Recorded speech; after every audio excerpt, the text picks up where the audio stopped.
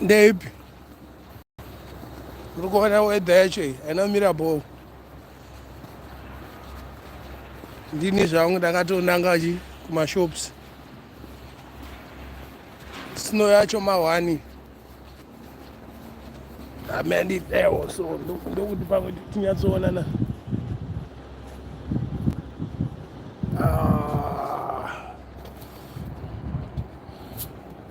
iyo ma1 snow yacho ma1 chaizvo ndananga zvangu kumashops nangoti mani kokuratidza itoti apa because kuri kutonhora uka madminox angambotonhorwa akazviite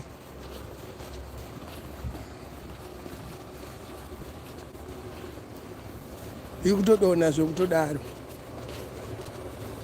ndokumaraini kwangu kuno kuti this is my project, this is my neighborhood. Iyo building yangu iyo takaenda Hwezha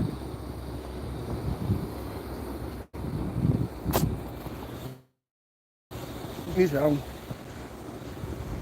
otherwise bo dai ndakatongogara hangu kuZimbabwe zvangu nditori pari nice manje onai so zvinobuda here zvi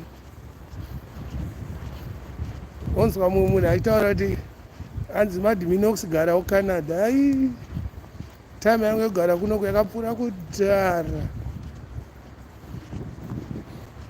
kuno kundongoya zve2 minutes ndobva ndadzokera because snow yacho haisi kuita yatozadza Roddie yese Roddie haisi kumbooneka hausitomboona kana Roddie ndakaenda zvangu but otherwise kana kunyanyodonha snow yakadai kunokusika kunyanyotonhora kana yazopera manje ma1 ndo paanotanga musikanzwa ndikutoitawo zvangu hazvifanira kunge zvichiitwa izvi zvandiri kuita hazvifanira kunge zvichitoitwa izvi magloves angu ndinawo musanyanyondityira zvinhu magloves ndinawo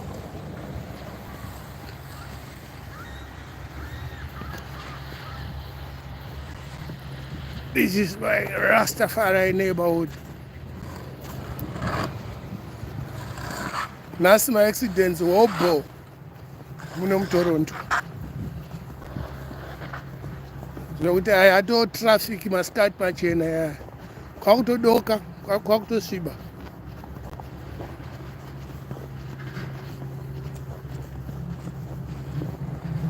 indogara mumain road manje ndatobuda building kwangu this is the main road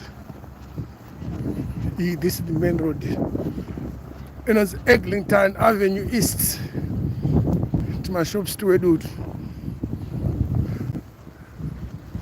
takaenda vanhu vanofunga kuti Canada yakanaka kwese musadherere mashops emaindia muri kuvaona kuti angomupedzanamo koko. It's not as pretty as what everybody thinks. It's not every place. My picture I think chingoona idzi motika dzikunanaira idzi dzikufamba zvishoma rodhi yakuskidha kai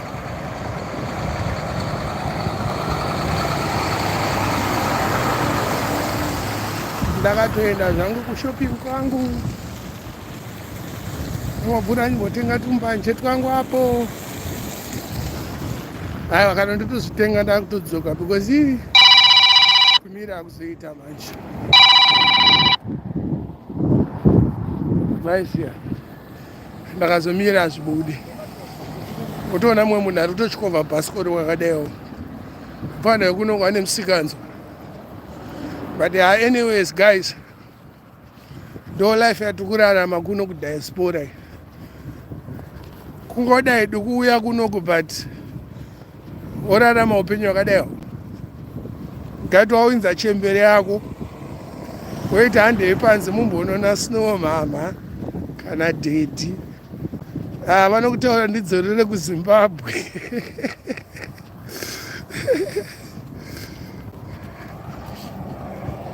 ona idzi dzakatofuga amburera dzimwe idzi. uyu akatofuga amburera musnow. kwari zvinokubatsira izvozvo. ndikutofambira kunze kwerodhi because hii motikari dzacho dzingangoskidha. but hamahwani kuno hakuna kumira beautiful. hakuna kutombomira beautiful nokuti ndakaenda kwandiri kuenda uko pandodzoka it's like 6 minutes away 7 minutes away pandiri kuenda walking distance. Saka total is about 10 minutes. Hakusi kure stere. Aya mashopu edu emaIndia. Pauko! Padapo. Mabhazi eda. Nimangu mashopu saya. Tarisa pakana pane Tyre pari kuonekwa. Otoona mumwe munhu aitoti mati mini wakusa wakagarika wakanata ikoko. Garike chii musnow yakadaiwa. Muchando. By one. Very lonely.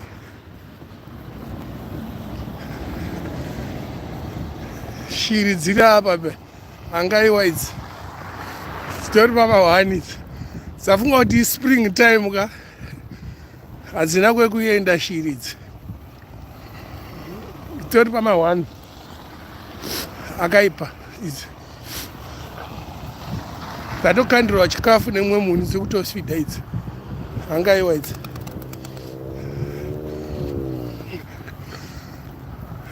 Mumwe munhu akantaura, hey Madox, why can't you bring this ideology of Canada back to Zimbabwe?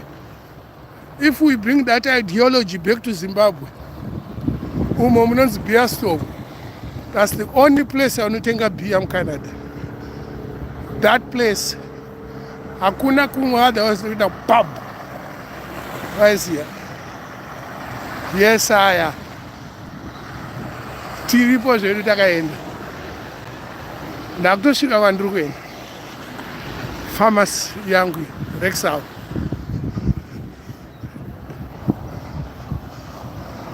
Saka musanyeberwe boys zangu. Kuti Canada zvakazoti mahwani. Mahwani kuno. Uko kune liquor place. Ndo munotengwa zvibhodhoro uko kune brown. Apo pandiri kuenda pakanzi no frills apo. Ndatosvika. Saka tobatana pa second half. Ndakunocrossa marobhotsi ndikatsikwe kandiri palive makazoswera makuzhampa. Ipo. Vache ndozvipedza sei izvi.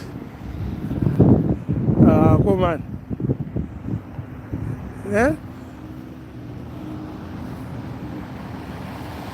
Awa ndapedza.